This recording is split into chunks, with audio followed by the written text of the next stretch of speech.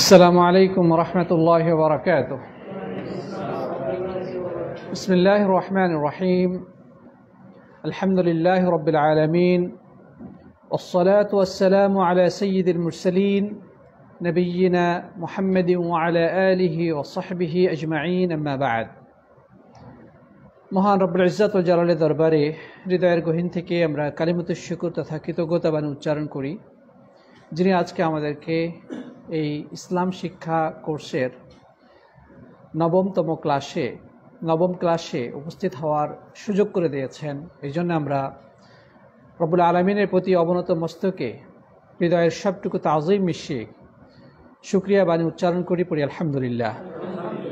সালাত সালাম এবং অবারিত শান্তির ধারা বর্ষিত হোক প্রাণপ্রিয় নবী মুহাম্মদ রাসূলুল্লাহ সাল্লাল্লাহু আলাইহি ওয়াসাল্লামের প্রতি, যিনি এই পৃথিবীর বুকে এসেছেন মানব জাতিকে ধ্বংসের হাত থেকে রক্ষা করার জন্যে, মানব জাতিকে সত্য এবং সুন্দরের পথ দেখানোর জন্যে, যিনি মানুষকে জুলুম নির্যাতনের হাত থেকে রক্ষা করার জন্যে, যিনি পৃথিবীর বুকে এসেছেন এই পৃথিবীর মধ্যে জমে থাকা জমাট অন্ধকারকে, এই পৃথিবীর জমাট বাঁধা অন্ধকারকে বিদূরিত করে ইসলামের আলোয় আলোকিত করার উদ্দেশ্যে আসুন আমরা সেই মহান আদর্শ, মহান নবী, শেষ এবং শ্রেষ্ঠ রাসূল, প্রিয় নবী মুহাম্মদ রাসূলুল্লাহ সাল্লাল্লাহু আলাইহি ওয়াসাল্লামের প্রতি আমরা হৃদয়ের সবটুকু ভালোবাসা মিশিয়ে সালাত সালাম পেশ করে পড়ি সাল্লাল্লাহু আলাইহি ওয়াসাল্লাম। মোহতারাম মুআজ্জাজ প্রিয় উপস্থিতি, সমেত সাথী বন্ধুগণ, আজকে আমরা যে বিষয়টা নিয়ে আলোকপাত করার চেষ্টা করব সেটি হচ্ছে কবিরা গুনার মধ্যে অন্যতম একটি কবিরা গুনাহ হচ্ছে শাহাদাতুজ জুর বা কওলুজ জুর তথা মিথ্যা সাক্ষ্য দেওয়া। প্রিয় বন্ধুগণ, দেখেন, ইসলামের দৃষ্টিতে মিথ্যা কথা বলা হারাম, ঠিক না ঠিক? মিথ্যা কথা নিয়ে বলা, কিন্তু এখানে যেটা বলা হচ্ছে মিথ্যা সাক্ষ্য দেওয়া। এখানে মিথ্যা সাক্ষ্য দ্বারা কি উদ্দেশ্য? এর দ্বারা উদ্দেশ্য হচ্ছে, মিথ্যা সাক্ষ্য দ্বারা উদ্দেশ্য হচ্ছে যে বিশেষ একটা উদ্দেশ্য সামনে নিয়ে মিথ্যা সাক্ষ্য দেওয়া বা মিথ্যা কথা বলা। সে উদ্দেশ্যটা কি? উদ্দেশ্যটা হলো কারো হক নষ্ট করা বা কারো অর্থ আত্মসাৎ করা, অথবা কোনো মানুষকে বিপদে ফেলা, কষ্ট দেওয়া, অথবা হালালকে হারাম করা, হারামকে হালাল করা ইত্যাদি। অর্থাৎ একটা বাতিল উদ্দেশ্যে পৌঁছার জন্যে মিথ্যা সাক্ষ্য দেওয়া। আমরা সকলেই এ বিষয়ে অবগত যে মিথ্যা সাক্ষ্য আমাদের সমাজে কতটা ভয়াবহ পরিণতি ডেকে আনতে পারে। মিথ্যা সাক্ষীর মাধ্যমে কত নিরপরাধ মানুষ জেলের মধ্যে পৌঁছতেছে। অপরাধ না করেও মিথ্যা সাক্ষীর কারণে জেলের মধ্যে তিলে তিলে ধ্বংস হয়ে যাচ্ছে। আবার মিথ্যা সাক্ষীর কারণে অনেক অপরাধী ছাড় পেয়ে যাচ্ছে। এই মিথ্যা কার্যক্রম যেগুলো রয়েছে, মানে মিথ্যার সাথে সংশ্লিষ্ট যত ধরনের কার্যক্রম রয়েছে সবই আর অন্তর্ভুক্ত। যেমন আমাদের সমাজে একটা জমি অন্যায়ভাবে আরেকজন ভোগ দখল করতেছে। এই ভোগ দখলের পেছনে দেখা যাবে যে তার দলিল যেটা, সেটা কিন্তু সম্পূর্ণ জাল, বা জায়গা মতো টাকা খরচ করে জাল দলিল নিজের নামে করে আরেকজনের জমি কিন্তু ভোগ দখল করতেছে। তারপরে এই মিথ্যা জালিয়াতির মাধ্যমে কাগজপত্র তৈরি করে সরকারের রাজস্ব কিভাবে ফাঁকি দেওয়া যায় বা কিভাবে কোনো একটা বিল থেকে মুক্তি পাওয়া যায় বা বিলকে কমানো যায়, মিথ্যা সাক্ষীর মাধ্যমে বা মিথ্যা কাগজপাতির মাধ্যমে, জালিয়াতির মাধ্যমে দেখা যাচ্ছে যে একটা ছাত্র ভালো রেজাল্ট করতে পারে নাই, কিন্তু টাকা খরচ করে দেখা যাচ্ছে ভালো রেজাল্ট নিয়ে চলে আসতেছে, সার্টিফিকেট বানিয়ে নিয়ে আসতেছে। হচ্ছে কিনা এগুলা? এগুলো সবই এই শাহাদাত জুর অন্তর্ভুক্ত। কোনো একটা শিক্ষা প্রতিষ্ঠানে অথবা সরকারি প্রতিষ্ঠানে চাকরির সার্কুলেশন দেওয়া হয়েছে, তো সেখানে বিভিন্ন লোকজন এসে ইন্টারভিউ দিচ্ছে বা পরীক্ষা অংশগ্রহণ করেছে। দেখা যাচ্ছে অনেক ভালো ভালো ছাত্র বা ভালো ভালো যোগ্যতা সম্পন্ন ব্যক্তিরা এখানে আছে, কিন্তু মিথ্যা এবং জালিয়াতির মাধ্যমে বা উপরস্থ পদে ভিন্ন পথে টাকা খরচ করার মাধ্যমে, ঘুষের মাধ্যমে ওই চাকরিটা কিন্তু একজন কম যোগ্যতা সম্পন্ন বা একজন অযোগ্য ব্যক্তি সে চাকরিটা নিয়ে ফেলতেছে। এগুলো কিন্তু ওই শাহাদাত জুর অন্তর্ভুক্ত। মিথ্যা রিপোর্টের মাধ্যমে একজন ডাক্তার একজন রোগীর একটা আস্থা রয়েছে ডাক্তারের কাছে, চিকিৎসা করার জন্য গিয়েছে, কিন্তু ওই ডাক্তার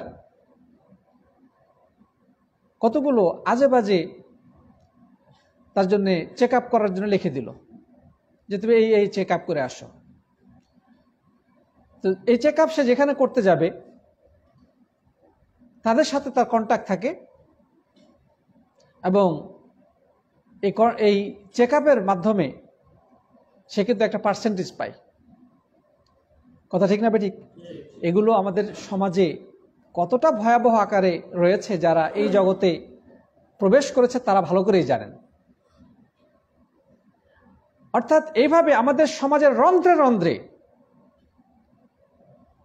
এইভাবে এই মিথ্যা সাক্ষ্যর প্রচলন রয়েছে। আমাদের সমাজটাকে তিলে তিলে ধ্বংস করে দেওয়া হচ্ছে। আজকে দুর্নীতি এতটা ব্যাপকতা লাভ করেছে যে একেবারে রাষ্ট্রের সর্বোচ্চ চূড়া থেকে নিয়ে এবং সর্বনিম্ন ব্যক্তি পর্যন্ত সরকারি কর্মকর্তারা দেখা যাবে যে অধিকাংশ এটার সাথে জড়িত। প্রশাসন থেকে শুরু করে ভূমির ক্ষেত্রে, তারপরে কোর্ট কাচারিতে, হসপিটাল মানে চিকিৎসা খাতে, মানে যেখানে আপনি যাবেন সর্ব জায়গায় সর্বস্তরে এই শাহাদাত জুর, মিথ্যা কথা, মিথ্যা রিপোর্ট, মিথ্যা সাক্ষ্য এবং মিথ্যা জালিয়াতি কাগজপাতি দিয়ে আমাদের সমাজটা আজকে অত্যন্ত কলুষিত হয়ে গেছে।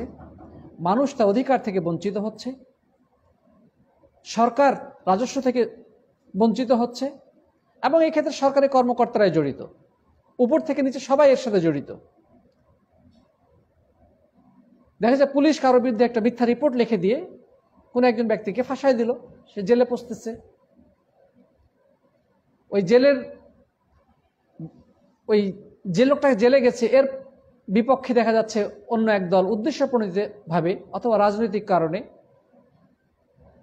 অথবা তার সাথে কোনো একটা ব্যক্তিগত কোন্দল রয়েছে, সেই কোন্দলকে কেন্দ্র করে সে সাক্ষ্য দিয়ে দিল, যার কারণে বিচারক ওই ব্যক্তির বিরুদ্ধে রায় দিয়ে হয়তোবা তাকে 10 বছর, 20 বছর, 30 বছর বা আজীবন পর্যন্ত জেল দিয়ে দেয় এবং আমাদের সমাজের উদাহরণে কোনো শেষ নাই। তো প্রিয় বন্ধুগণ, মোট কথা এই যে শাহাদাতুজ জুর, এটা এতটাই ভয়াবহ যে রাসূল আকরাম সাল্লাল্লাহু আলাইহি ওয়াসাল্লাম এর ভয়াবহতা বর্ণনা করতে গিয়ে তিনি একদিন বলছেন, এই হাদিসটি সহিহ বুখারী এবং মুসলিম বর্ণিত হয়েছে, বর্ণনা করেছেন আব্দুর রহমান ইবনে আবি বকর রাদিয়াল্লাহু তাআলা আনহু। তিনি বলছেন যে রাসূল করিম সাল্লাল্লাহু আলাইহি ওয়াসাল্লাম সাহাবীদেরকে লক্ষ্য করে বলছেন, আলা উখবিরুকুম বা আলা উম্বিউকুম বিআকবারিল কাবায়ের, আলা উম্বিউকুম বিআকবারিল কাবায়ের, আলা উম্বিউকুম বিআকবারিল কাবায়ের। আল্লাহ রাসূল সাল্লাল্লাহু আলাইহি ওয়াসাল্লাম তিনবার এই কথাটা বললেন যে আমি কি তোমাদেরকে সবচেয়ে বড় পাপের কথা বলবো? আমি কি তোমাদেরকে সবচেয়ে বড় যে অপরাধ সে সম্পর্কে তোমাদেরকে আমি জানাবো না? সবচেয়ে বড় গুনাহ সম্পর্কে তোমাদেরকে আমি খবরটা কি বলবো না? কুলনা ইয়া রাসূলুল্লাহ বালা, আমরা সবাই বললাম ইয়া রাসূল অবশ্যই আপনি বলবেন। সবচেয়ে বড় পাপ কি? তখন তিনি বললেন তিনি বললেন আল ইশরাকু বিল্লাহ, সবচেয়ে বড় গুনাহ হচ্ছে, সবচেয়ে বড় পাপ হচ্ছে আল্লাহর সাথে কি করা? শিরিক করা, আল্লাহর সাথে শিরিক করা। ওয়াকানা মুত্তাকিয়ান ফাজালাস, তিনি হেলান দিয়ে বসেছিলেন। আল্লাহ নবী সাল্লাল্লাহু আলাইহি ওয়াসাল্লাম কি করছিলেন? হেলান দিয়ে বসেছিলেন। যাই হোক, তিনি বললেন প্রথমে যে আল্লাহর সাথে শিরিক করা, এরপরে বললেন উকুকুল ওয়ালিদাইন, এবং পিতামাতার সাথে খারাপ ব্যবহার করা বা পিতামাতার অবাধ্যতা করা। এগুলো হচ্ছে বড় গুনাহ, বড় কবিরা, মানে ভয়ানক গুনাহ। সবচেয়ে বড় হচ্ছে শিরিক। এরপরে নবী সাল্লাল্লাহু আলাইহি ওয়াসাল্লাম বললেন যে পিতামাতার অবাধ্যতা করা এটিও বড় গুনার অন্তর্ভুক্ত, যেটা সম্পর্কে আমরা ইতিপূর্বে বিস্তারিত আলোচনা করেছি। এরপরে এই অবস্থা তিনি এই কথাগুলো বলার সময় তিনি হেলান দিয়ে বসেছিলেন। এবার তিনি সোজা হয়ে বসলেন। ফাকাল আলা ওয়া কাউলুজ জুর ওয়া শাহাদাতুজ জুর, আলা ওয়া কাউলুজ জুর ওয়া শাহাদাতুজ জুর, আলা ওয়া কাউলুজ জুর ওয়া শাহাদাতুজ জুর। এরপর তিনি হেলান থেকে উঠে বসে বলতে শুরু করলেন, জেনে রাখো আরেকটি বড় অপরাধ হচ্ছে মিথ্যা কথা বলা, মিথ্যা সাক্ষ্য দেওয়া, মিথ্যা কথা বলা, মিথ্যা সাক্ষ্য দেওয়া, মিথ্যা কথা বলা, মিথ্যা সাক্ষ্য দেওয়া। তিনি এতবার বলতেই থাকলেন, সাহাবাকরাম সাহাবাকরাম মনে মনে ভাবতে লাগলেন যে রাসূল এবার যদি চুপ হতেন, এবার যদি একটু তিনি থামতেন, তাহলে আল্লাহ রাসূল সাল্লাল্লাহু আলাইহি ওয়াসাল্লাম এই বিষয়টাকে এতটা বড় করে এত গুরুত্বের সাথে তুলে ধরলেন যে তিনি বারবার বলতেই থাকলেন। আল্লাহ নবী সাল্লাল্লাহু আলাইহি ওয়াসাল্লাম নিজের পক্ষ থেকে সাহাবীদেরকে বলছেন যে আলা উখবিরুকুম বিআকবারিল কাবায়ের বা আলা উম্বিউকুম বিআকবারিল কাবায়ের, তোমাদেরকে কি আমি সবচেয়ে বড় গুনাহ সম্পর্কে জানাবো না? তিনবার বললেন। তারপর তিনি বললেন যে সবচেয়ে বড় গুনাহ হচ্ছে আল্লাহর সাথে শিরিক করা, এরপরে পিতামাতার অবাধ্যতা করা। তারপরে কি তিনি হেলান দিয়ে বসেছিলেন, তিনি এবার সোজা হয়ে বসে তারপর তিনি বলতে শুরু করলেন যে আরেকটা বড় গুনাহ হচ্ছে মিথ্যা সাক্ষ্য দেওয়া, মিথ্যা কথা বলা, মিথ্যা সাক্ষ্য দেওয়া, মিথ্যা, বারবার বলতেই থাকলেন। সাহাবাকরাম বললেন যে এবার যদি তিনি একটু থামতেন। প্রিয় সাথী বন্ধুগণ, এখান থেকে এই বিষয়টার ভয়াবহতা সহজেই অনুমান করা যায় যে নবী করিম সাল্লাল্লাহু আলাইহি ওয়াসাল্লাম সাহাবীদেরকে কি বোঝাতে চেয়েছেন, এটার ভয়াবহতা কত বেশি হতে পারে। প্রিয় বন্ধুগণ, আল্লাহ সুবহানাহু ওয়া তাআলা এই মিথ্যা সাক্ষ্য দেওয়াটাকে মূর্তি পূজার সাথে সংযুক্ত করে কোরআনে কারীমের মধ্যে উল্লেখ করেছেন। মূর্তি পূজা ইসলামের দৃষ্টিতে কতটা ভয়াবহ, এটা শিরক কিনা? আর শিরক হচ্ছে সবচেয়ে বড় গুনাহ। শিরকের থেকে আর কোনো বড় গুনাহ রয়েছে? এটি হচ্ছে ক্ষমাহীন অপরাধ। যে মহান সৃষ্টিকর্তা রব্বুল আলামিন আমাকে আপনাকে সৃষ্টি করেছেন, আমাদেরকে জীবন উপকরণ সব কিছুই দিয়েছেন, আমাদের খাদ্য পানীয়, আলো বাতাস, জমিন, নানা রঙের ফল ফসল দিয়ে আমাদেরকে প্রতিপালন করেন। তাকেই আমরা অবজ্ঞা করে যখন কোনো গায়রুল্লাহর কাছে মাথাটা নত করি বা আল্লাহ ছাড়া তার সৃষ্টি জীবের কাছে আমরা সাহায্যের জন্যে আরাধনার হাত উত্তোলন করি, অথবা যখন মানুষের সবচেয়ে মর্যাদাপূর্ণ স্থান হচ্ছে তার কপাল, ললাট, এই ললাটকে যখন কোনো পীরের পায়ে যে ঠুকে দেয়, আল্লাহ রাব্বুল আলামিন এত বেশি রাগ করেন যে এর থেকে বেশি আর অন্য কোনো কিছু তিনি করেন না। এই জন্য এটাকে বলা হয়েছে আকবরুল কাবায়ের। যত পাপ রয়েছে আসমানের নিচে এবং জমিনের উপরে, শিরকের থেকে বড় পাপ আর অন্য কিছু নেই। পিতামাতার অবাধ্যতা, এটা অনেক বড় ভয়াবহ অপরাধ। পৃথিবীতে আমরা এসেছি আল্লাহ সৃষ্টির পরেই, আল্লাহ তাআলা সৃষ্টি করেছেন, কিন্তু এই দুনিয়ার বুকে আমাদের অস্তিত্ব এসেছে কার মাধ্যমে? বাবা মার মাধ্যমে। সুতরাং সেই বাবা মার সাথে যদি আমরা অবাধ্যতা করি, বাবা মার সাথে যদি বেয়াদবি করি, তার সাথে যদি আমরা খারাপ আচরণ করি, তাহলে নিঃসন্দেহে এটা বড় গুনাহ, যেটা নিয়ে আমরা গত ক্লাসে এর আগে ক্লাসগুলোতে আলোচনা করেছি। তো এই মূর্তি পূজার সাথে আল্লাহ রাব্বুল আলামিন এই মিথ্যা সাক্ষ্য দেওয়া, মিথ্যা কথাটাকে সংযুক্ত করে দিয়েছেন। আল্লাহ তাআলা বলছেন ফাজতানিবু রিজসা মিনাল আওসান ওয়াজতানিবু কাওলাজ জুর, যে তোমরা প্রতিমার, মূর্তি বা প্রতিমার নাপাকি থেকে বেঁচে থাকো এবং বেঁচে থাকো মিথ্যা কথা থেকে। মিথ্যা কথা থেকে, প্রিয় বন্ধুগণ, সাধারণ মিথ্যা একটা হচ্ছে সাধারণ মিথ্যা। অনেক সময় নিজে বাঁচার জন্য অনেক মানুষ মিথ্যা কথা বলে ফেলে, এটা হারাম, এটা নিয়ে সামনে আলোচনা আসবে।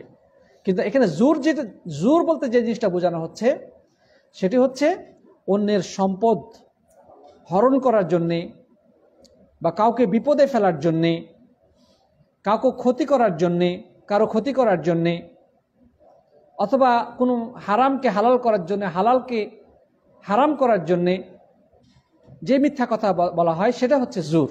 সেটা হচ্ছে কি? জোর। তাহলে আমরা পার্থক্যটা বুঝতে পেরেছি। সাধারণ মিথ্যা যেটা কাজিব বলা হয়, আর জোর বলতে যে জিনিসটা বোঝায় সেটা আশা করি দুটোর মধ্যে পার্থক্য বুঝেছি। কাজিব যে কোনো ব্যাপারে ব্যক্তিগত কারণে অনেক সময় মানুষ মিথ্যা কথা বলে ফেলে, কিন্তু এটার থেকে ভয়াবহ হচ্ছে মানুষের হক নষ্ট করার জন্যে, মানুষকে বিপদগ্রস্ত করার জন্যে, কারো ক্ষতি করার জন্যে, হালালকে হারাম, হারামকে হালাল করার জন্য যে মিথ্যা কথা বলা হয়। তা আল্লাহ তাআলা এই মিথ্যা কথাটাকে, এটাকে বলা হয় জুর। এই জুরটাকে মানে মূর্তি পূজার সাথে সংযুক্ত করেই উল্লেখ করেছেন। তাহলে এখান থেকে এর কদর্যতা, এর ভয়াবহতা এবং এর নিকৃষ্টতা কি উপলব্ধি করা যায়, প্রিয় বন্ধুগণ। এবং আল্লাহ তাআলা মুমিনদের প্রশংসা করেছেন। প্রশংসা করতে গিয়ে তাদের মধ্যে কোন ধরনের চরিত্রগুলো থাকা উচিত নয়, কোন ধরনের বৈশিষ্ট্যগুলো থেকে একজন মুমিনের মুক্ত থাকা প্রয়োজন, সেই কথাটি উল্লেখ করতে গিয়ে আল্লাহ তাআলা বলছেন ওয়াল্লাযীনা লা ইয়াশহাদুনা যুর, এবং ওই সমস্ত ঈমানদারগণ যারা কখনো মিথ্যা সাক্ষ্য দেয় না, মিথ্যা সাক্ষ্য দেয় না। ওয়া ইযা মাররু বিল্লাগবি মাররু কিরামা, আর যখন তারা কোনো অনর্থক, অর্থহীন, আজে বাজে কোনো কাজের পাশ দিয়ে অতিক্রম করে, কোথাও হয়তো বা অনর্থক কাজ চলতেছে, বাজে কাজ চলতেছে, গান বাজনা, খেল তামাশা, অযথা, যেগুলো কোনো আসলে প্রয়োজন নাই, এগুলোর পাশ দিয়ে যখন সে যায়, তখন সে সম্মানের সাথে নিজেকে বাঁচিয়ে সেখান থেকে পাশ কেটে চলে যায়। তাহলে মুমিনদের বৈশিষ্ট্য যে তারা কি করে না? মিথ্যা সাক্ষ্য দেয় না, এবং যারা অযথা এবং অনর্থক কাজ থেকে তারা দূরে সরে যায়, সম্মানের সাথে নিজেদেরকে তারা সরিয়ে নেয়। প্রিয় সাথী বন্ধুগণ, তাহলে আল্লাহ তাআলা এখানে মুমিনদের বৈশিষ্ট্য উল্লেখ করতে গিয়ে বলেছেন তারা কি? মিথ্যা সাক্ষ্য দেয় না। এবং এর আগে যেটা বলা হলো যে মূর্তি পূজার থেকে আল্লাহ তাআলা বাঁচতে বলেছেন, পাশাপাশি মিথ্যা সাক্ষ্য থেকে বাঁচতে বলেছেন, মিথ্যা কথা থেকে বাঁচতে বলেছেন। এটা কেন? এটা দ্বারা প্রমাণিত হয় এটা নিঃসন্দেহে ভয়াবহ অপরাধ, ভয়াবহ গুনাহ এবং বড় গুনাহসমূহের অন্তর্ভুক্ত। মানুষ যখন মিথ্যা সাক্ষ্য দেয়, তখন সমাজের মধ্যে পারস্পরিক যে ভালোবাসা এবং সুসম্পর্ক থাকে, সেই ভালোবাসার বন্ধনটা ছিন্ন ভিন্ন হয়ে যায়। যেই সমাজে মিথ্যা সাক্ষ্য যেই সমাজে একজন অপরজনের বিরুদ্ধে মিথ্যা রটনা করে, সেই সমাজে পারস্পরিক ভালোবাসার বন্ধন ছিন্ন ভিন্ন হয়ে যায়, সমাজের মধ্যে অস্থিরতার সৃষ্টি হয়, মানুষের প্রতি মানুষের অবিশ্বাস সৃষ্টি হয়। এভাবে করে একটি সমাজ ধ্বংসের অতলতলে হারিয়ে যায়। প্রিয় বন্ধুগণ, আমাদের সমাজের অবস্থাটা কিন্তু সেটাই হয়ে গেছে। এক ধরনের সামান্য স্বার্থের কারণে একজন আরেকজনের বিরুদ্ধে মিথ্যা সাক্ষ্য দিচ্ছে, কৌশল বা ফন্দি আঁটতেছে কিভাবে আরেকজনকে ফাঁদে ফেলা যায়, কিভাবে আরেকজনকে বিপদে ফেলা যায়, কিভাবে আরেকজনের উন্নয়নকে রোধ করা যায় বা উন্নয়নকে বন্ধ করে দেওয়া যায়, বাধা দেওয়া যায়। নানাভাবে নানা উদ্দেশ্যে আজকে মানুষ এই ভয়াবহ অপরাধের সাথে লিপ্ত হয়ে গেছে। প্রিয় সাথী বন্ধুগণ, দেখেন আল্লাহ সুবহানাহু ওয়া তাআলা আমাদেরকে একটি শান্তিময় এবং সুখী সমাজ উপহার দিতে চান। মানুষ যেন পরস্পর প্রতি সম্মান এবং শ্রদ্ধাবোধ বজায় রাখে, মানুষ যেন কারো সম্পত্তির দিকে লোভাতুর দৃষ্টিতে না তাকায়, মানুষ একে অপরের কেউ যেন ক্ষতি করার চিন্তা না করে, প্রতারণা না করে। এই জন্য আল্লাহ রাব্বুল আলামিন আমাদেরকে বিধান দিয়েছেন। আল্লাহ তাআলা বলছেন লা তাকাতাউ ওয়ালা, রাসূল করিম সাল্লাল্লাহু আলাইহি ওয়াসাল্লাম বলেছেন লা তাকাতাউ ওয়ালা তাদাবারু ওয়ালা তাবাগাদু ওয়ালা তাহাসাদু ওয়া কুনু ইবাদাল্লাহি ইখওয়ানা, যে তোমরা একে অপরের সাথে সম্পর্ক ছেদ করো না এবং তোমরা একে অপরের পিছনে একজন অপরজনের পিছনে লেগে থাকিও না। কোথায় যায়, কি করে, কার সাথে কথা বলে, ঘরের মধ্যে কি করে।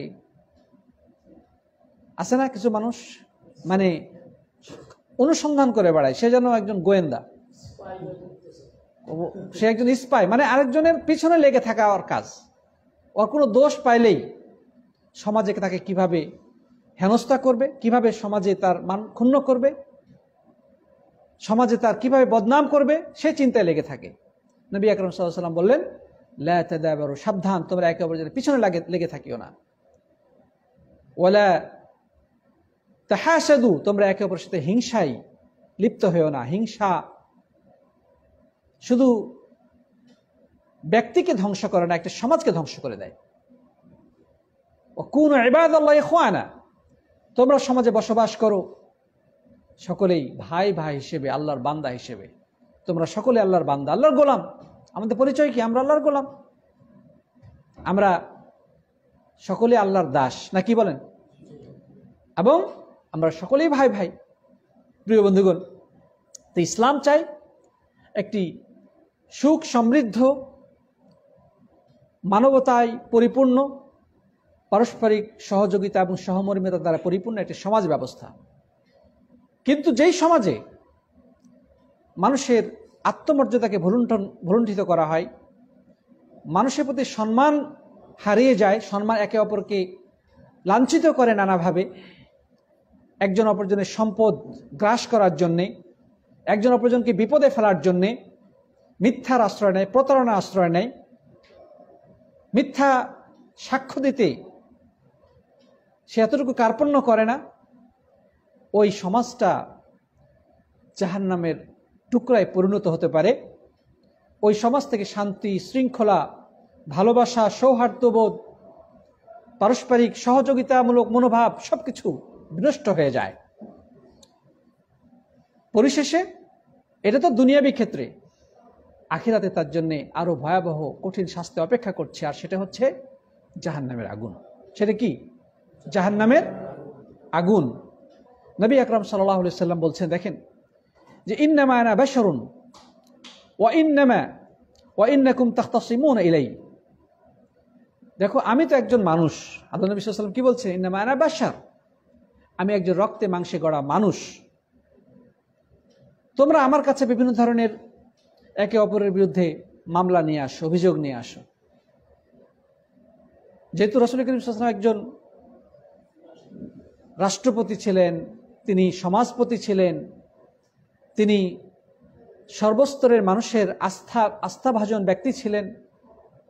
স্বাভাবিকভাবেই মানুষ তাদের মাঝে সংগঠিত বিভিন্ন দ্বন্দ্ব, সংঘর্ষ, বিভিন্ন ধরনের মনোমালিন্য, ঝগড়া ফাসাদ ইত্যাদি ক্ষেত্রে আল্লাহ নবীর কাছে তারা আসতেন। তাদের একে অপরের ব্যাপারে অভিযোগ নিয়ে রাসূল করিম সাল্লাল্লাহু আলাইহি ওয়াসাল্লামের কাছে আসতেন, তিনি সেগুলো সমাধান করে দিতেন।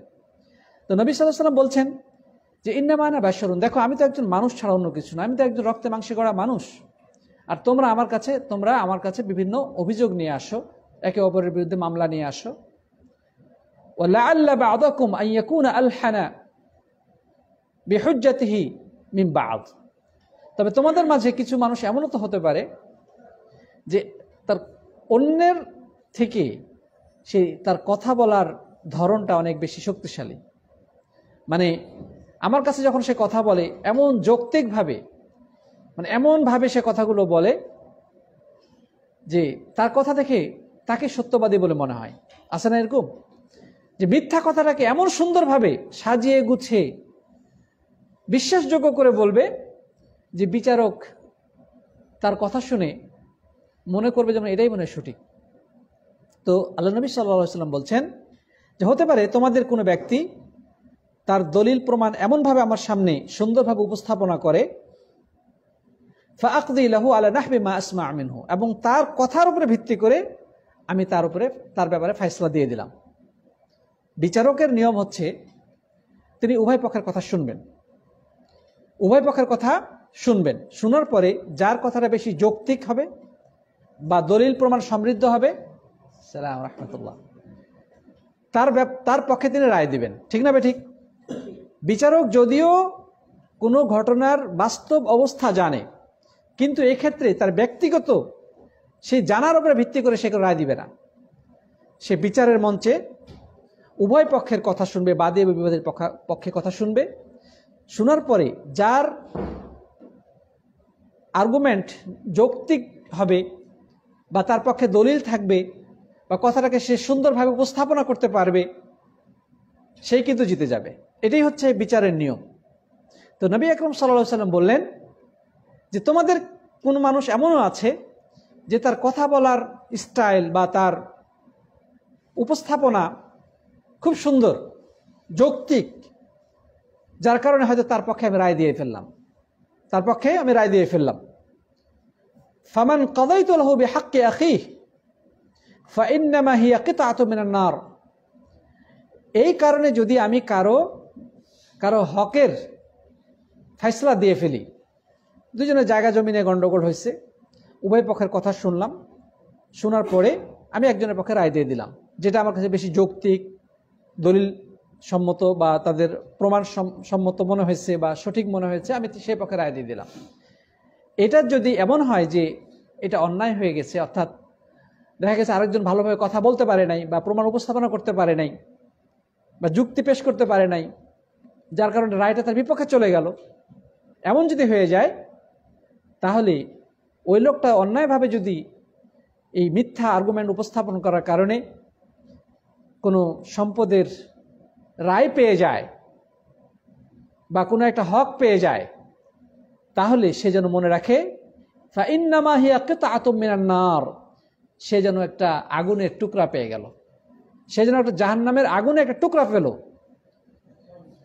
ফালিয়াখুযহা আও ইয়াযারহা, এখন তার সামনে স্বাধীনতা আছে, ইচ্ছা আছে, সে আগুনের টুকরা গ্রহণ করবে অথবা সেটাকে বর্জন করবে।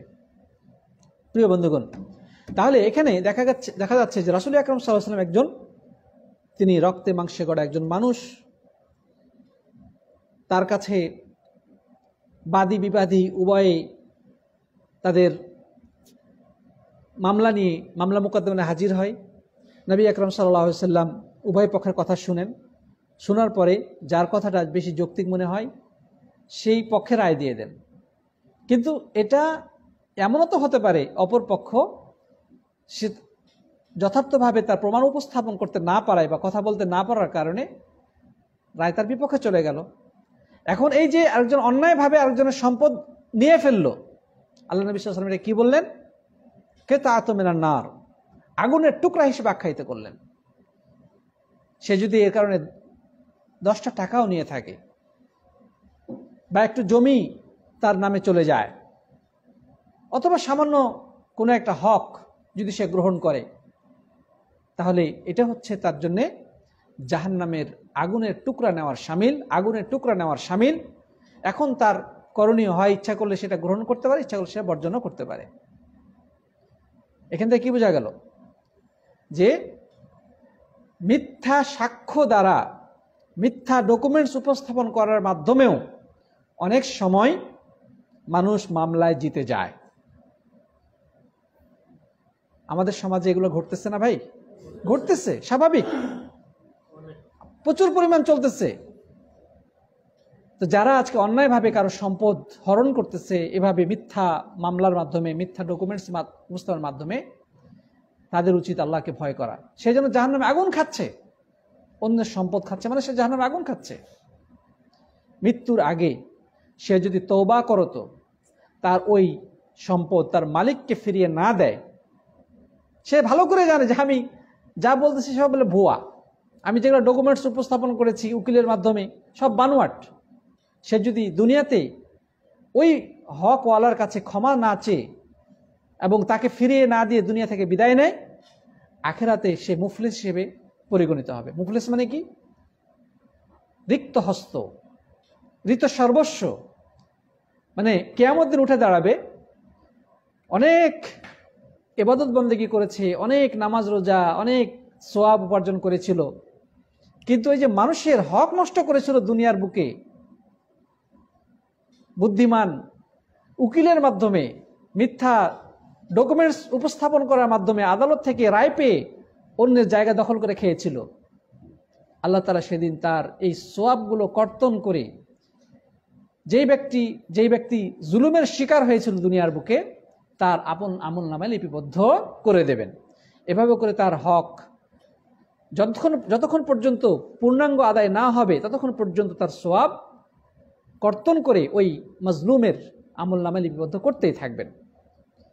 যদি হক পূরণ না হয়, তখন সে মাজলুমের গুনাহগুলোকে কর্তন করে এবার সেই জালিমের আমল নামায় যুক্ত করে দেবেন। তাহলে সে সারা জিন্দেগি ধরে নামাজ রোজা করেছে, হাজী সাহেব হজ করেছেন, বিভিন্ন ইসলামিক প্রোগ্রামে দান সদকা করেছেন, কিন্তু সব তো চুরি চামারি এবং বাটপারি করা টাকা, অন্যের জায়গা জমি দখল করে আজকে সে বড় লোক। এগুলো সব বৃথা চলে যাবে। কিয়ামতের দিন সে খালি হাতে জাহান্নামের আগুনে নিক্ষিপ্ত হবে। জাহান্নামের আগুনে কি হবে? নিক্ষিপ্ত হবে। প্রিয় সাথী বন্ধুগণ, সুতরাং এই দুনিয়ার সামান্য সম্পদের কারণে তারা আখিরাতের এই ভয়াবহতাকে ভুলে যায়। দুনিয়ার এই সামান্য হতামুদ দুনিয়া খুবই নগণ্য। রাসূল আকরাম সাল্লাল্লাহু আলাইহি ওয়াসাল্লাম এই দুনিয়ার সম্পদকে বলেছেন একটি মৃত কান কাটা ছাগলের বাচ্চা হিসেবে উপস্থাপন করেছেন। একদিন সাহাবায়ে কেরাম আল্লাহ নবী সাল্লাল্লাহু আলাইহি ওয়াসাল্লামের সাথে কোথাও যাচ্ছিলেন, তো একটা বাজারের পাশ দিয়ে যাওয়ার সময় আল্লাহ রাসূল সাল্লাল্লাহু আলাইহি ওয়াসাল্লাম অবলোকন করলেন যে একটা ছোট্ট ছাগলের বাচ্চা মরে পড়ে আছে, পচে গেছে, ছাগলের বাচ্চাটা কান কাটা। এবার সাহাবীদেরকে তিনি থামালেন। আল্লাহ নবী সাল্লাল্লাহু আলাইহি ওয়াসাল্লাম এরকম সুযোগ খুঁজতেন যে এই সুযোগে কথা বললে এটা বেশি প্রভাব সৃষ্টি করবে। নবী আকরাম সাল্লাল্লাহু আলাইহি ওয়াসাল্লাম সাহাবীদেরকে দাঁড় করালেন, তারপরে বললেন, তোমাদের মধ্যে এমন কেউ আছে কি যে 1 দিরহাম দিয়ে এই ছাগলের মরা বাচ্চাটা কিনবে? সাহাবাগণ বলেন যে আল্লাহ রাসূল, এটা ফ্রিতে দিল তো কেউ নেবে না, ঠিক না? ঠিক। আবার 1 দিরহাম দিয়ে কিভাবে কিনবো? এটা কে কিনবে? এবার আল্লাহ নবী সাল্লাল্লাহু আলাইহি ওয়াসাল্লাম বললেন, জেনে রাখো, এই দুনিয়ার যত অর্থ সম্পদ, সোনা দানা, এই বিলাসবহুল অট্টালিকা, এই বড় বড় উঁচু উঁচু বিল্ডিং, এই সব কিছু দুনিয়াতে যা কিছু আছে, যত সম্পদ আছে, আল্লাহর কাছে এটার উদাহরণটা হচ্ছে ওই পড়ে থাকা মানে মৃত কান কাটা ছাগলের বাচ্চাটার মতো। এটার যেরকম কোনো মূল্য নেই আল্লাহর কাছে, এই দুনিয়ার এই সম্পদের তেমন কোনো মূল্য নেই। ওই সম্পদ পাওয়ার জন্য আজকে আমরা মিথ্যা সাক্ষীর মাধ্যমে, মিথ্যা ডকুমেন্টস উপস্থাপনের মাধ্যমে আজকে একজন অপরজনের সম্পদ হরণ করার মহা উৎসবে লিপ্ত রয়েছি। কত মানুষ চোখের পানিতে বুক ভাসিয়ে দিচ্ছে, বিচারের মানে নিভৃতে কাঁদছে, আদালতে আদালতে ঘুরতে ঘুরতে জীবন শেষ হয়ে যাচ্ছে তার নিজস্ব হক উদ্ধার করার জন্যে। কিন্তু এই জালিমদের কারণে তারা শেষ পর্যন্ত খালি হাতে কাঁদতে কাঁদতে ফিরে এসে দুই হাত তুলে আল্লাহর কাছে বদদোয়া করছে, হে আল্লাহ তুমি আখিরাতে দিও। আল্লাহ তাআলা অবশ্যই আখিরাতে দিবেন। রাসূল করিম সাল্লাল্লাহু আলাইহি ওয়াসাল্লাম বলেছে, ওয়াত্তাকি দাওয়াতাল মাজলুম ফাইন্নাহু লাইসা বাইনাহা ওয়া বাইনাল্লাহি হিজাব। তোমরা মাজলুমের বদদোয়া থেকে সাবধান হয়ে যাও, নির্যাতিত নিপীড়িত মানুষের বদদোয়ার ব্যাপারে সতর্ক হয়ে যাও, কারণ তার বদদোয়ার মাঝে এবং আল্লাহর মাঝে কোনো পার্টিশন নেই, কোনো প্রতিবন্ধকতা নেই। অর্থাৎ সেই নির্যাতিত নিপীড়িত ব্যক্তি যদি আল্লাহর কাছে কারো বিরুদ্ধে বদদোয়া করে, জালিমের বিরুদ্ধে বদদোয়া করে, আল্লাহ তাআলা ডাইরেক্ট সেই বদদোয়া কবুল করে নেন। হয়তো অনেক সময় দুনিয়াতে প্রতিদান দেন, অনেক সময় দেন না। আখিরাতে তার জন্য ভয়াবহ পরিস্থিতি অপেক্ষা করছে, আর দুনিয়ার থেকে আখিরাতের ভয়াবহতা কিন্তু আরো অনেক বেশি। প্রিয় বন্ধুগণ, তারপরে দেখেন আল্লাহ সুবহানাহু ওয়া তাআলা আমাদের জন্য মিথ্যা সাক্ষী দেওয়াটাকে হারাম করেছেন। মিথ্যা ডকুমেন্টস উপস্থাপনা করা, মিথ্যা রিপোর্ট পেশ করা, এই সব কিছুই কিন্তু এর অন্তর্ভুক্ত, সব কিছু এর অন্তর্ভুক্ত। বর্তমানে দেখবেন যে অনেক দোকান আছে, যে দোকানে কাস্টমার আসলো, সে হয়তো কোনো কোম্পানির তরফ থেকে মালামাল কিনবে, আছে না নাই? মালামাল কিনতে এসে কিছু মালামাল কিনলো, কেনার পরে এখন দোকানদারকে বলতেছে যে আপনি আমাকে মেমোটা দেন, না কি বলে এটাকে, ফাতুরা, আরবিতে বলে ফাতুরা, বাংলায় আমাদের দেশে কি বলে, হ্যাঁ, ইনভয়েস দেন বা মেমো দেন, এটা ফাঁকা রাখেন, আমি ইচ্ছা মতো লিখে নেব। এই জিনিসটা কত ব্যাপক বলেন দেখি। এটা খুব অহরহ চলতেছে, তাই না? দোকানদারের কাছ থেকে ফাঁকা মেমো নিয়ে নিচ্ছে এবং সেখানে সে যদি খরচ করে থাকে 10,000 টাকা, সেখানে লিখতেছে 20,000 টাকা, তাই না?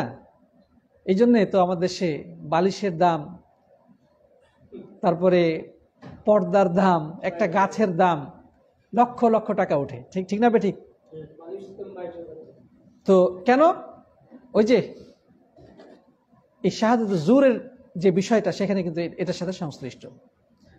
প্রিয় বন্ধুগণ, দেখেন এভাবে করে আমাদের সমাজে অন্যায়কে প্রশ্রয় দেওয়া হয়, অন্যায় সহযোগিতা করা হয়, অথচ আল্লাহ সুবহানাহু ওয়া তাআলা বলছেন তাআওয়ানু আলাল বিররি ওয়াত তাকওয়া ওয়া লা তাআওয়ানু আলাল ইসমি ওয়াল উদওয়ান।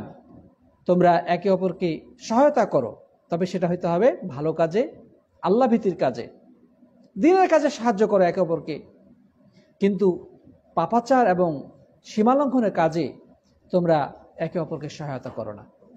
ওই দোকানদার যদি তাকে ফাঁকা মেমো দিয়ে দেয়, খালি মেমো দিয়ে দেয়, তাহলে সে কিন্তু অন্যায়কারীকে সাহায্য করলো, সে আরেকজনের হক নষ্ট করার ক্ষেত্রে সহায়ক ভূমিকা পালন করলো। আল্লাহ তাআলা কিয়ামতের দিন এই লোকটাকে কি করবেন না? ছাড়বেন না। এটাও কিন্তু ওই শাহাদাত জুরেরই অন্তর্ভুক্ত, যেটা আল্লাহ তাআলা আমাদের জন্য নিষিদ্ধ করেছেন, হারাম করেছেন। প্রিয় বন্ধুগণ, অনেক মানুষ আছে যারা মালামাল বিক্রি করতেছে, হয়তো এখনো বিদেশে মালটা আছে, তো সে বলল যে এই কোয়ালিটির মাল দেওয়া হবে, কিন্তু মাল দেওয়ার সময় দেখা যাচ্ছে যেই কোয়ালিটির কথা সে বলেছিল, 1 নম্বর পণ্য দেওয়ার কথা বলেছিল, অথবা ভালো ব্র্যান্ডের পণ্য দেওয়ার কথা বলেছিল, দেওয়ার সময় সে দেখা গেল যে ওই ব্র্যান্ডের না দিয়ে নিম্নমানের পণ্য দিয়ে দিল। উপরে স্টিকার কিন্তু ঠিকই লাগা আছে 1 নম্বর ব্র্যান্ডের পণ্য হিসেবে। এটাও কিন্তু ওই শাহাদাতে জুরেরই অন্তর্ভুক্ত। শাহাদাতে জুর তথা এই যে মিথ্যা সাক্ষ্য, মিথ্যা কাগজপাতি দাখিল, জালিয়াতির আশ্রয়, এরই কি এটারই অন্তর্ভুক্ত। তারপরে ধরেন যে নিলাম চলতেছে কোনো জায়গা জমি অথবা যে কোনো দোকানের ক্ষেত্রে, অনেক সময় মালামাল বেচার ক্ষেত্রে নিলাম চলে, তাই না? যে একটা মানে সবচেয়ে বেশি যে দাম বলবে তাকে পণ্যটা দিয়ে দেওয়া হবে। এখন দেখা যাচ্ছে যে কিছু মানুষ আছে ওই নিলামদাতার পক্ষ থেকে নিয়োগকৃত, তাদের কাজ তারা কিন্তু কিনবে না। তারা কি করে? তারা মানে ক্রেতাকে ঠগানোর জন্যে অতিরিক্ত দাম বলবে। জিনিসটার দাম যদি 1 লাখ টাকা হয়, এখন যে যত দাম বলবে মানে সবচেয়ে দামটা যার বেশি হবে সেই তো মালটা নিয়ে যাবে নাকি, সে পণ্যটা নিয়ে যাবে। এখন নিয়োগদাতার ওই নিলামদাতার পক্ষ থেকে লোক সেট করা আছে, তারা কিনবে না ঠিকই, কিন্তু তারা দাম বাড়াচ্ছে যাতে যার প্রকৃত ক্রেতা সে কিন্তু ধোঁকা খেয়ে যাচ্ছে। এটাও কিন্তু শাহাদাতে জুরেরই একটা উদাহরণ। কথা বোঝা গেছে কিনা প্রিয় বন্ধুগণ? অনুরূপভাবে মানে অভাব নাই আমাদের সমাজে আর প্রমাণ, মানে এর যে কত রূপ রয়েছে, এর কত আকার আকৃতি প্রকৃতি রয়েছে, যেটা আসলে বলে বর্ণনা করে কি করা যাবে না, শেষ করা যাবে না। কিন্তু আল্লাহ সুবহানাহু ওয়া তাআলা আমাদেরকে আদেশ করেছেন যে আমরা যেন সাক্ষ্য দেওয়ার ক্ষেত্রে সত্য সাক্ষ্য দেই, মিথ্যা সাক্ষ্য থেকে আমরা নিজেদেরকে রক্ষা করি। আল্লাহ তাআলা বলছেন, ওয়ালা তাকতুমুশ শাহাদাতা ওয়া মান ইয়াকতুমহা ফাইন্নাহু আথিমুন কলবুহু ওয়াল্লাহু বিমা তা'মালুনা আলিম। আল্লাহ তাআলা বলছেন, তোমরা খবরদার সাক্ষীকে তোমরা গোপন করো না, সঠিক সাক্ষ্যকে তোমরা কি করো না, গোপন করো না। যে ব্যক্তি গোপন করবে তার অন্তরটা হবে পাপিষ্ট, এবং আল্লাহ তাআলা অবশ্যই তোমাদের কর্মকাণ্ড সম্পর্কে সম্যকভাবে অবগত। আল্লাহ তাআলা আরো বলছেন, ওমান আযলামু মিম্মান কাতামা শাহাদাতান ইনদাহু মিনাল্লাহ ওয়া মাল্লাহু বিগাফিরিন আম্মা তা'মালুন। আর যে তার থেকে বড় জালিম আর কে আছে যে আল্লাহর নিকট থেকে সঠিক সাক্ষ্যকে গোপন করে, এবং আল্লাহ তাআলা গাফিলদের ব্যাপারে অসচেতন নন বা তিনি অজ্ঞ নন, তিনি অবশ্যই তাদের সম্পর্কে জানেন। প্রিয় সাথী বন্ধুগণ, তাহলে এই যে আমরা আমাদের সমাজের রন্ধ্রে রন্ধ্রে যে শাহাদাতে জুরের বিভিন্ন রূপ প্রকৃতি দেখলাম, এই জিনিসটার কারণে আজকে আমাদের সমাজ, আমাদের রাষ্ট্র, আমাদের পারস্পরিক সম্পর্কগুলো, আমাদের সমাজ ব্যবস্থা, আমাদের শিক্ষাঙ্গন, আমাদের চাকরির ক্ষেত্র, সবকিছুই আজকে ধ্বংসের সম্মুখীন হয়ে গেছে। মিথ্যা, দুর্নীতি, প্রতারণা, এসব কারণে আজকে আমাদের সমাজ আজকে কলুষিত সমাজের পরিবর্তিত হয়ে গেছে। আমার জাতি যতক্ষণ পর্যন্ত ইসলামের এই সৌন্দর্যগুলোকে, ইসলামের এই নির্দেশনগুলোকে গ্রহণ না করবে, মিথ্যা, প্রতারণা, দুর্নীতি, মিথ্যা সাক্ষ্য দেওয়া, এগুলো থেকে যতক্ষণ পর্যন্ত নিজেদেরকে রক্ষা করতে ব্যর্থ হবে, ততদিন পর্যন্ত এই জাতির ভাগ্যের পরিবর্তন ঘটবে না। এই জাতির কপালে আরো দুর্ভোগ রয়েছে। সুতরাং ইসলামী শিক্ষা ব্যবস্থার প্রচার প্রসার, ব্যক্তিগতভাবে সেটার প্র্যাকটিস, সমাজে এটার চর্চা, মিডিয়ার মাধ্যমে ফেসবুক, হোয়াটসঅ্যাপ, টেলিভিশন চ্যানেল, পত্রপত্রিকা, বক্তৃতার স্টেজ, মসজিদের মিম্বার থেকে যতক্ষণ পর্যন্ত জাতিকে এই সমস্ত ইসলামের বিধানের মাধ্যমে সচেতন না করা হবে, এই জাতি তিলে তিলে ধ্বংসের শেষ প্রান্ত সীমায় যা উপনীত হবে। এবং যখন এই সমাজের যে ফাউন্ডেশন, যেগুলা ভিত্তিমূল যখন এভাবে ক্ষয় হয়ে যাবে, একসময় পুরো সমাজ ব্যবস্থা ধ্বংস হয়ে যেতে বাধ্য হবে। যেভাবে পূর্ববর্তী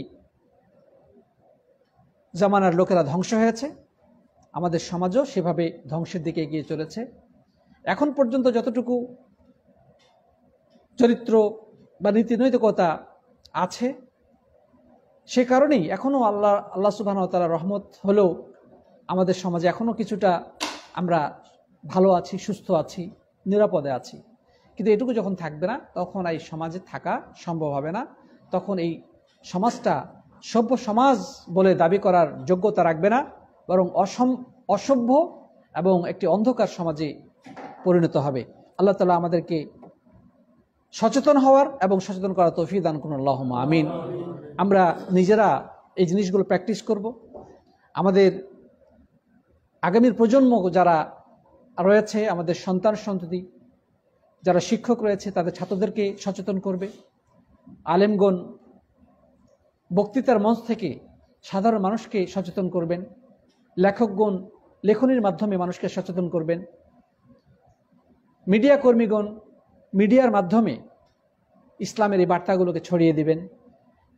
এটা যত বেশি করা হবে, ইনশাআল্লাহ ততই বেশি আমাদের সমাজ সংশোধনের পথে এগিয়ে যাবে, উন্নয়নের পথে এগিয়ে যাবে এবং সমাজ থেকে এই অন্ধকার বিদূরিত হবে। আল্লাহ তাআলা আমাদের সবাইকে সেই তৌফিক দান করুন, আল্লাহুম্মা আমিন। যারা এতক্ষণ আলোচনা শুনলেন তাদের সবাইকে অনেক অনেক ধন্যবাদ, মোবারকবাদ জানিয়ে আলোচনা শেষ করছি। আপনার কিছু প্রশ্ন ছিল মনে হয়, একটা প্রশ্ন ছিল, বলেন। ফতুরা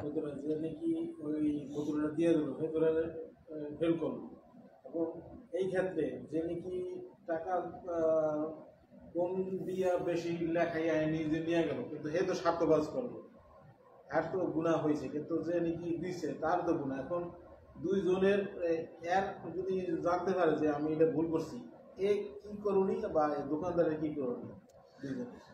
আচ্ছা, একটা মানুষ অন্যায়ভাবে কারো টাকা পয়সা মেরে খেয়েছে, বা ওই যে যেটা বললেন অতিরিক্ত মেমোতে অতিরিক্ত লিখে সে বেশি টাকা আদায় করেছে কোম্পানির কাছ থেকে বা মালিকের নিকট থেকে। এখন এটার সমাধান কি? এর সমাধান হলো যেই অতিরিক্ত টাকাটা সে মালিকের কাছ থেকে বা কোম্পানির কাছ থেকে নিয়েছে সেটা ফেরত দেওয়া। সেটা কি করা? ফেরত দেওয়া।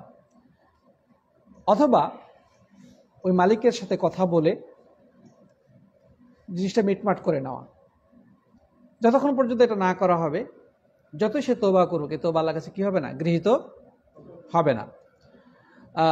এখন একটা জিনিস আছে যে আমি যদি সরাসরি বলতে যাই, তাহলে দেখা যাবে যে হয়তোবা ঝগড়াঝাটি আরো বাড়বে বা মনোমালিন্য বাড়বে, অথবা এই ক্ষেত্রে দেখা যাবে যে বড় ধরনের কোনো সমস্যার সৃষ্টি হতে পারে।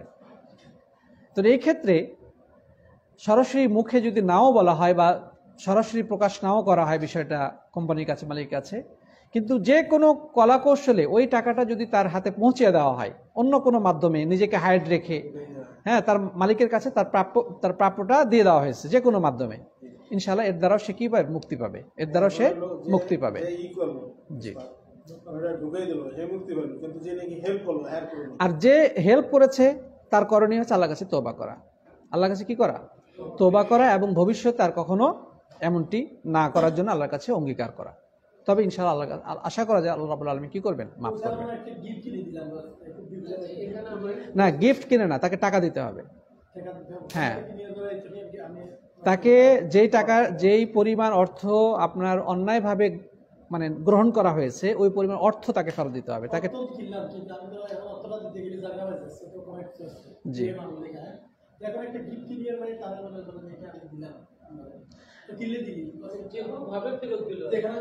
যাই হোক, আপনার যেটা করণীয় সেটা হচ্ছে আপনি যে পরিমাণ আপনার কাছে অন্যায়ভাবে টাকা আছে, সেই টাকাটা তাকে কি দিতে? ফেরত দিতে হবে। কথা বোঝা গেছে? আর কিছু কিছু ক্ষেত্রে যদি ফেরত দেওয়া সম্ভব না হয়, তাহলে তাকে মাপ চেয়ে নিতে হবে, তাকে বলতে হবে, হ্যাঁ, নিজের ভুল স্বীকার করতে হবে। ঠিক আছে? জি, বলেন। জি জি, আমরা মনে হয় লাইভ অফ করে দিই। জি, লম্বা হয়ে যাচ্ছে। জাযাকুমুল্লাহ খায়রান। ইনশাআল্লাহ আগামী, আচ্ছা, আমরা একটা পরীক্ষা নেওয়ার কথা বলেছিলাম, তো পরীক্ষার জন্য কি আপনারা প্রস্তুত আছেন? আমরা বলছিলাম যে 10টা ক্লাস হলে একটা পরীক্ষা নেব, তো তো আজকে তো 10টা নাকি আজকে নবম নাকি আজকে নবম ক্লাস, আজকে কি দশম, তাই নাকি? ও, তাহলে তো আমাদের একটা পরীক্ষা নেওয়া দরকার।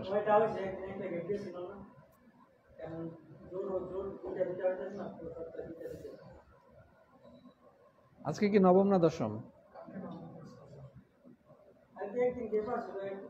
আচ্ছা যাই হোক, আপনার পরীক্ষা দেওয়ার জন্য প্রস্তুত কিনা সেটা বলেন। আর প্রশ্নটা আমরা পরীক্ষা যেটা নেব সেটা হচ্ছে গুগল ফর্মের মাধ্যমে, ঠিক আছে? সবাই বাড়ি থেকে পরীক্ষা দিবেন, এখানে আমরা ক্লাস করব নিয়মিত, ঠিক আছে? ক্লাস যথারীতি হবে। আমাদের যে গ্রুপ আছে সেই গ্রুপগুলোতে আমরা প্রশ্নপত্র দিয়ে দেবো, আপনারা প্রশ্নে জাস্ট আপনারা গুগল ফর্মের মাধ্যমে অংশগ্রহণ করবেন, ঠিক আছে? যারা এখানে আছেন এখনো নাম্বার আমাদের গ্রুপে অ্যাড হন নাই, আমাদের সাদিকুল ভাইকে নাম্বারটা দিয়ে দিলে উনি অ্যাড করে নেবেন। সাদিকুল ভাই আপনি নাম্বারগুলো নিয়ে নেন, যারা যারা এখনো নাম্বার দেন নাই। আচ্ছা, জাযাকুমুল্লাহ খায়ের। আমরা লাইভ অফ করছি, তারপর কথা বলবো।